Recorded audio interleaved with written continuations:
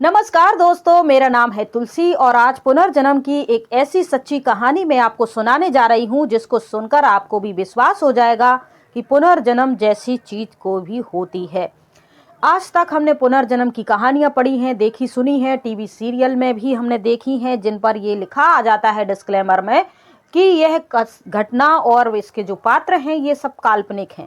लेकिन आज हम जो आपको कहानी सुना रहे हैं ये सच्ची उत्तर प्रदेश के इटावा में जन्मी एक लड़की की है जो पुनर्जन्म से रिलेटिव है। पुनर्जन्म की जब भी बातें ऐसी सोशल मीडिया पे फैलती हैं या दावा करते हैं, तब अमेरिका में एक ऐसा संस्थान है जो पुनर्जन्म के बारे में पुष्टि करता है, जांच करता है कि ये जो अफवाहें फैलाई जा रही हैं, ये जो बातें सोशल मीडिया पे ट्रेंड कर रही हैं, क्या ये वाकई सच है। तब वो उन लोगों से भी मिलते हैं और उस जगह भी जाते हैं जिसके बारे में वो व्यक्ति, वो शख्स, वो महिला बताती है कि हम पिछले जन्म में वहाँ थे और ऐसे ऐसे हमारे रिलेटिव हैं, फलाना फलाना उनका नाम है और इस तरीके से हमारी डेथ हो गई है। जब अमेरिका के ये शोधकर्ता, रिसर्च करता आते हैं और उस जगह पे जाते हैं, उस इंसान से मिलते हैं और सारी बातों को जब मैच करवाते हैं तो ये सच पाया जाता है। इसी तरह इस सुमित्रा नाम की लड़की की भी जांच वगैरह करवाई गई तो ये से सबसे पुष्टि हुई कि ये सच कह रही है और पुनर्जन्म जैसी भी कोई चीज होती है। तो अमेरिका तक ये बात जब उड़ते उड़ते पहुंच गई थी, तब वहां के शोधकर्ता आए और जब उन्होंने पूरी जांच करी तो उनको ये दावा कर दिया उन्होंने भी कि हाँ, ये पुनर्जन्म की बात और जो घटना है ये सच है। तो ये कैसी घटना है, कहाँ की है और क्या क्या इसमें हुआ है और क्या इस कहानी में इंटरेस्टिंग है, आइए जानते हैं सब कुछ विस्तार से। उत्तर प्रदेश के इटावा के एक छोटे से गांव में जन्मी सुमित्रा नाम की लड़की अपने माता पिता के साथ रह रही थी। वह अपने घर परिवार वालों के साथ खुश थी। लड़की स्कूल कभी गई नहीं, इसीलिए पढ़ी लिखी नहीं है। पढ़ाई लिखाई तो लड़की ने नहीं की, लेकिन वह देखने में सुंदर है, अपने काम काजों में और दूसरों की रिस्पेक्ट करने में कुशल है, हर व्यवहार में, बातचीत करने में और सभी तरीके से सकुशल है। थोड़ी लड़की बड़ी होती है और लड़की की माँ की जो है आकस्मिक मौत हो जाती है। इसके बाद गांव के लोग उनके पिता से कहते हैं कि देखो, लड़की जवान हो रही है, इससे पहले आप इसकी शादी के लिए कोई योग्य वर देख लीजिए ताकि इसकी वक्त से पहले शादी कर दीजिए। माँ तो है नहीं, आप भी काम पे चले जाते हो, जवान लड़की है, घर में अकेली रहती है, आजकल जमाना खराब है। तब उनके पिता को बात समझ में आ जाती है और वह लड़का सर्च करने लगते हैं। फिर पास के ही गांव से जगदीश चंद से वह अपनी लड़की का रिश्ता फाइनल कर देते हैं। जगदीश चंद अपने माता पिता का इकलौता बेटा है, बूढ़े माँ बाप हैं और जगदीश से नौकरी करता है। उनके माँ बाप भी व्यवहारिक हैं, कुशल हैं और ये रिश्ता हो जाता है। सुमित्रा और जगदीश की शादी हो जाती है और सुमित्रा ससुराल जाके, अपने ससुराल और गांव में जाके कुआं से पानी भरना पड़ता था मटके से, तो वहाँ का सारा काम वह संभाल लेती है। सास ससुर की सेवा भी बड़े दिल से करती है, उनकी भी देखभाल करती है। गांव में ज़्यादा कुछ काम नहीं था, इसलिए जगदीश काम करने के लिए शहर चला जाता था और 8 दिन में, 10 दिन में या महीने में आता था। 2-3 साल शादी को गुजर जाते हैं। एक लड़का हो जाता है सुमित्रा का और वह दादी दादा के साथ खेलता है। सुमित्रा घर के बाकी सारे काम करती है। एक दिन सुमित्रा घर से पानी लेने के लिए कुएं पर जाती है, पानी लेके आती है और सर पे घड़ा रखे थी, गोदी में अपने 2 साल के बच्चे को लिए हुए चली आ रही थी। तभी अचानक से सुमित्रा को कुछ दौरे टाइप के पड़ने लगते हैं। वह आसमान में देखती, हाथ खड़े कर देती है और उसके शरीर में अकड़न होती है और वो अजीब अजीब सी आवाज़ें निकालने लगती है। तब उसका जो छोटा बच्चा है वो उसको ही जोर से, जो गोदी में लिए थी, वो बहुत कस से उसको दबाने लगती है, कसने लगती है। बच्चे को दर्द होता है तो बच्चा जोर जोर से रोना शुरू करता है। बच्चे की आवाज़ सुनकर गांव की जो महिलाएं कुएं पर पानी भर रही थी वो दौड़ के सुमित्रा के पास आती हैं और सुमित्रा को हिलाती हैं, उसकी ये हालत देखती हैं। सुमित्रा थोड़ी देर बाद होश में आ जाती है, नॉर्मल हो जाती है और कहती, क्या हुआ, तुम लोग सब मुझे घेर के क्यों खड़ी हो।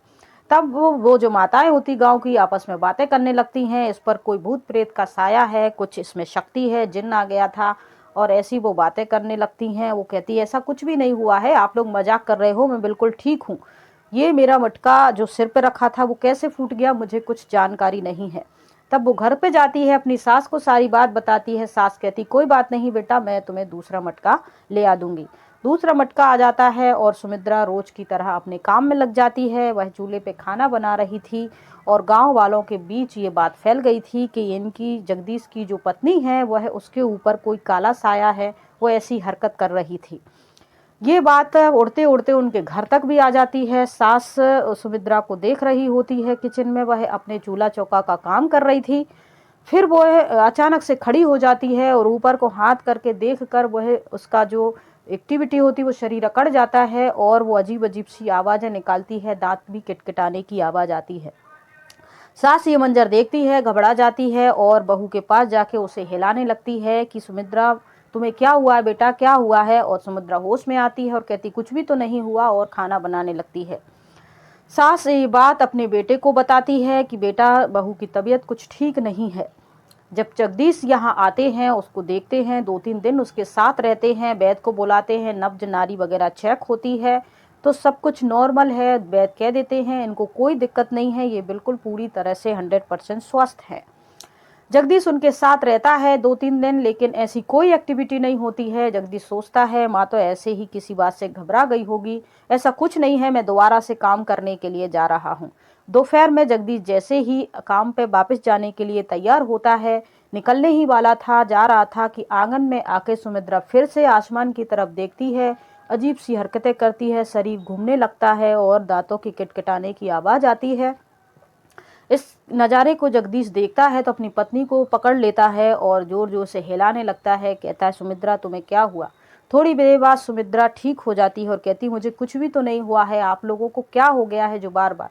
चीखने चिल्लाने की आवाज़ से गांव के लोग भी इकट्ठे हो जाते हैं। उसी बीच सुमित्रा फिर से कुछ दौरा पड़ता है और वो कहती है कि मैं 3 दिन बाद इस दुनिया से हमेशा के लिए चली जाऊंगी। उसका पति घबरा जाता है, उसे जोर जोर से लाता है। सुमित्रा कहती है मैंने तो ऐसा कुछ भी नहीं कहा है, कुछ भी नहीं हुआ है, आप लोग खामखा परेशान हो रहे हो, अपना अपना काम कीजिए। सब गांव वालों ने भी ये बात सुनी थी जब सुमित्रा कह रही थी कि 3 दिन बाद मैं चली जाऊंगी इस दुनिया से। तब वैद्य जी को बुलाते हैं, ऐसा कुछ भी नहीं होता है। फिर आसपास के झाड़ फूक वालों को बुलाते हैं, वो कहते हैं ऐसा कुछ नहीं है, सब कुछ ठीक है। अब सब लोगों को ये पति को ये चिंता थी कि देखो 3 दिन बाद क्या होता है। सुमित्रा को भी पिछला अपनी एक्टिविटी के बारे में कुछ भी याद नहीं था। वो कह रही थी कि मुझे कुछ नहीं हुआ है और मुझे ऐसा कुछ याद भी नहीं है, चलो 3 दिन बीत जाने दो, तीसरे दिन देखेंगे कि क्या हुआ है। सब इंतजार करते हैं, गांव में भी ये बातें होती हैं। वैद्य भी देखते हैं कि चलो देखते हैं तीसरे दिन आएंगे, तो वैद्य भी आ जाते हैं। दोपहर हो जाती है, सब कुछ नॉर्मल था, कुछ भी नहीं हुआ था। सब सुमित्रा गांव वालों से कहती है देखो दोपहर से आधा भी समय बीत चुका है, मुझे कुछ भी नहीं हुआ है, आप लोग खामखा कह रहे थे। गांव की एक सहेली आती है और उससे कहती देख रही मुझे तो कुछ भी नहीं हुआ है, मैं तो बिल्कुल से ठीक हूँ, आप सब लोग अपना टाइम वेस्ट कर रहे हैं, अपने अपने घर जाइए। तब सब लोग जैसे ही अपने घर के लिए मुड़ते हैं, सहेली से वो सुमित्रा बातें कर रही थी गांव की ही एक औरत से, तभी अचानक से सुमित्रा का जो शरीर है वह अकड़ जाता है और बदन घूमने लगता है और वो जमीन पे गिर जाती है।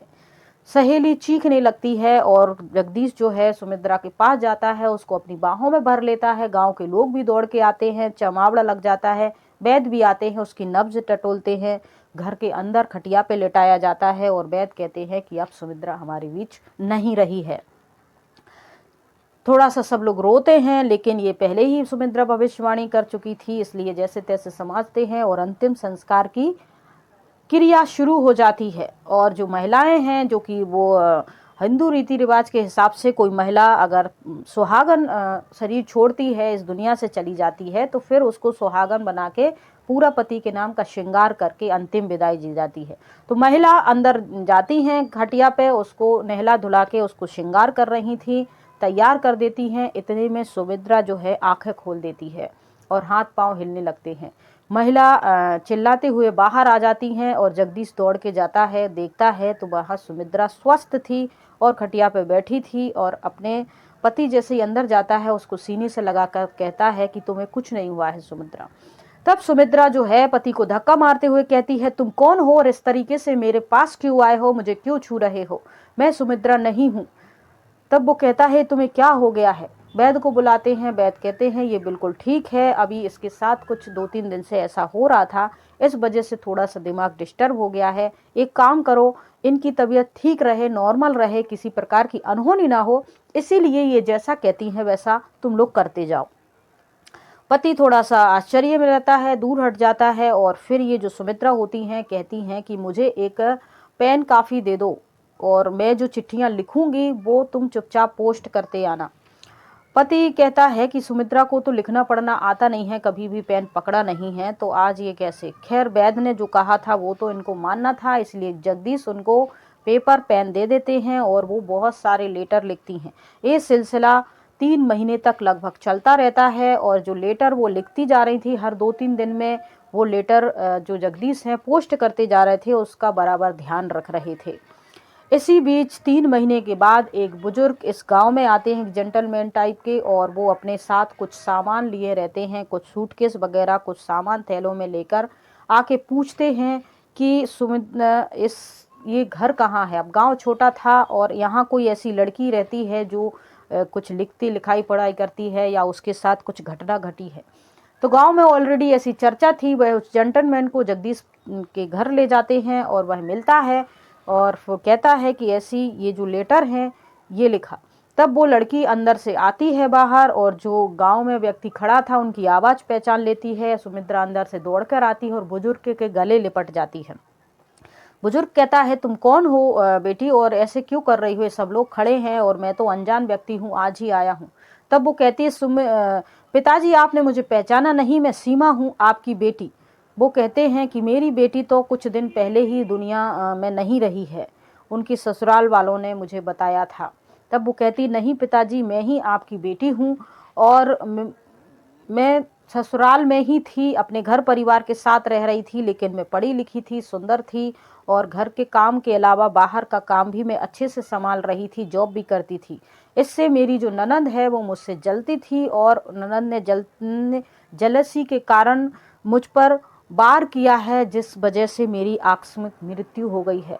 मेरी आत्मा ऐसे भटक रही थी, इसीलिए मैं यहाँ आ गई हूँ इस शरीर में और मुझे अपने उस चीज़ का बदला लेना है। मेरे 2 बच्चे उनके पास हैं और मेरे साथ जो घटना घटी है मैं उसको बताना चाहती थी, इसीलिए मेरे मन में ये ख्याल था और मैं यहाँ हूँ 2-3 महीने से इन लोगों के बीच में, और मैं आपसे मिलना चाह रही थी, आपके ये सब कुछ बताना चाह रही थी। गांव के सब लोगों ने ये बातें सुनी और सबको आश्चर्य हुआ और उस लड़की ने सब कुछ बताया कि मैं सीमा हूँ, मेरी ऐसी ही शादी हुई थी, वो मेरे 2 बच्चे, एक बेटा और बेटी है और मैं वहाँ शिक्षिका का जॉब करती थी।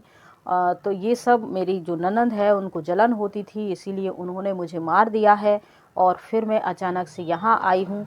मैं अपनी बात रखना चाहती थी, अपने बच्चों को वहाँ से निकालना चाहती थी, इसीलिए मैं यहाँ आ चुकी हूँ इस औरत के शरीर में। तब उस पिता को भी यकीन हो जाता है, उन फिर रिपोर्ट होती है और जो होता है जगदीश उसको जाने देता है इस बुजुर्ग के साथ। जो सीमा होती है जो सुमित्रा के शरीर में थी वो अपने पिता के साथ चली जाती है, ससुराल जाती है पुलिस को लेकर और सब पर एफआईआर दर्ज करवाती है। वो लोग यकीन नहीं कर रहे थे, कोई मान नहीं रहा था, लेकिन ये जो सीमा होती है सब कुछ बता देती है और जैसा जो कुछ बताती है वो सब कुछ लिखते हैं। शुरुआत में तो कोर्ट, जज, पुलिस सिस्टम भी इस बातों पर यकीन नहीं कर रहा था, लेकिन जब सब चीज़ों की गहराई से जांच हुई बड़े स्तर पर और ये सब कुछ सही पाया गया, तब ससुराल वालों पर कार्रवाई हुई। उसके जो बच्चे थे सीमा को दे दिए जाते हैं और जैसे ही ये बात खबर उड़ते उड़ते सोशल मीडिया पर विदेश तक पहुंचती है तो वहाँ की शोधकर्ता टीम आती है, पूरी वहाँ के लोगों से मिलती है, इस लेडीज़ से मिलती है, उनके पिता से मिलती है, सुमित्रा से मिलती है, सभी जगह सर्च करने के बाद वो कहते हैं कि हाँ ये बात सच है। इसके बाद उनको जो भी दोषी थे सीमा के, उनको सज़ा मिल जाती है और फिर जो सीमा होती है जो सुमित्रा के शरीर में थी वो आ जाती है अपने दोनों बच्चों को लेके जगदीश के पास। जो कि सुमित्रा का पहले से ही एक बच्चा था, तो ये तीनों बच्चों को संभालती है और जगदीश के साथ रहती है और जगदीश से कहती है कि मैं आपके साथ रहना चाहती हूँ और आपके परिवार को ही अपने परिवार की तरह। जगदीश भी इस बात को मान लेता है। खैर कुछ दिन के बाद सीमा की भी मौत हो जाती है और जगदीश तीनों बच्चों को संभालता है अपने बच्चे समझकर। और ये जो कहानी आपको बता रहे हैं ये कहानी एंटरटेनमेंट करने के लिए भी है और ये कहानी पुष्टिकर्ता भी है। खैर, ये कहानी हमने इंटरनेट से ली हुई थी और हम इस कहानी की किसी भी तरीके से कोई पुष्टि नहीं कर रहे हैं, बस आपको एंटरटेनमेंट करने के लिए कहानी बताई है। और कहीं ना कहीं मुझे भी ऐसा लगता है कि हो सकता है पुनर्जन्म होता हो। और आप लोग क्या इसमें राय देते हैं अपनी, तो आप लोग भी अपनी राय कमेंट में लेकर दीजिए। और अगर आप लोग चाहते हैं कि आप लोग हमसे जुड़े हैं, अपना कहाँ से ये कहानी सुनते हैं, हम आपका नाम लें, तो अपना नाम और अपनी जगह कमेंट में लिख दें। हम अगली वीडियो और कहानी में आपका नाम लेंगे, तो इससे हमें भी आपकी पहचान होगी कि हमारे कितने दोस्त हमसे जुड़ चुके हैं, और आपको भी अच्छा लगेगा कि आपकी और हमारी जो है पहचान बढ़ती जा रही है। कहाँ कहाँ से आप देख रहे हैं, तो कमेंट में अपना नाम और जगह ज़रूर लिख दीजिए। अगली वीडियो में, अगली कहानी में, लास्ट में हम आपका नाम लेंगे।